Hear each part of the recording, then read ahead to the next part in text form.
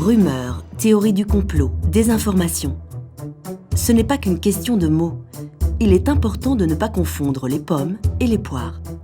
D'ailleurs, il paraît que pour avoir la même quantité de vitamines dans une pomme qu'en 1950, il faudrait en manger 100 aujourd'hui. Eh bien non, ça, c'est une rumeur. Fin 2006, se propageait sur la toile l'information que des milliers de moutons s'étaient empoisonnés après avoir mangé du coton OGM en Nouvelle-Zélande. Eh bien là encore, il ne s'agit que d'une rumeur. Alors une rumeur, qu'est-ce que c'est ? La rumeur est une histoire souvent surprenante, voire inquiétante, qui circule rapidement par le bouche à oreille. En favorisant les échanges entre les personnes, Internet facilite la circulation de ces rumeurs.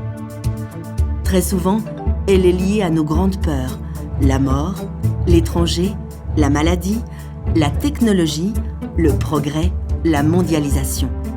C'est ce qui fait son succès.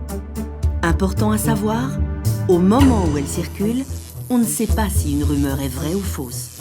Si elle est confirmée, elle devient une information authentique.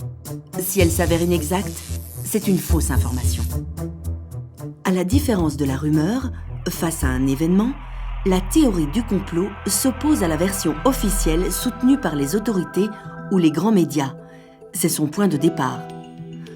Elle prétend révéler une explication qui est volontairement tenue secrète.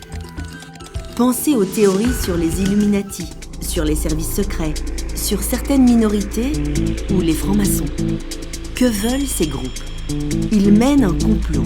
Autrement dit, ils agissent en secret pour dominer le monde, l'exploiter, le corrompre, voire pire encore, le détruire en profitant de la complicité du pouvoir et des médias qui masqueraient leur influence.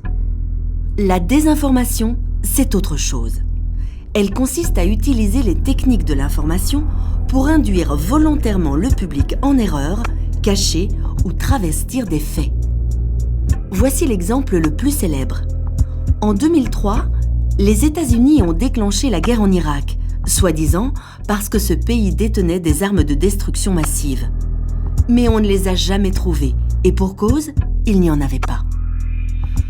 Autre exemple de désinformation, la querelle du saumon. En 2004, un lobby américain déclare publiquement et sans preuve que les saumons issus des élevages européens sont toxiques. Leur objectif ? Relancer la vente du saumon sauvage d'Alaska qui avait été pollué par une importante marée noire. Et vous, connaissez-vous d'autres exemples de rumeurs, de théories du complot ou de désinformation ?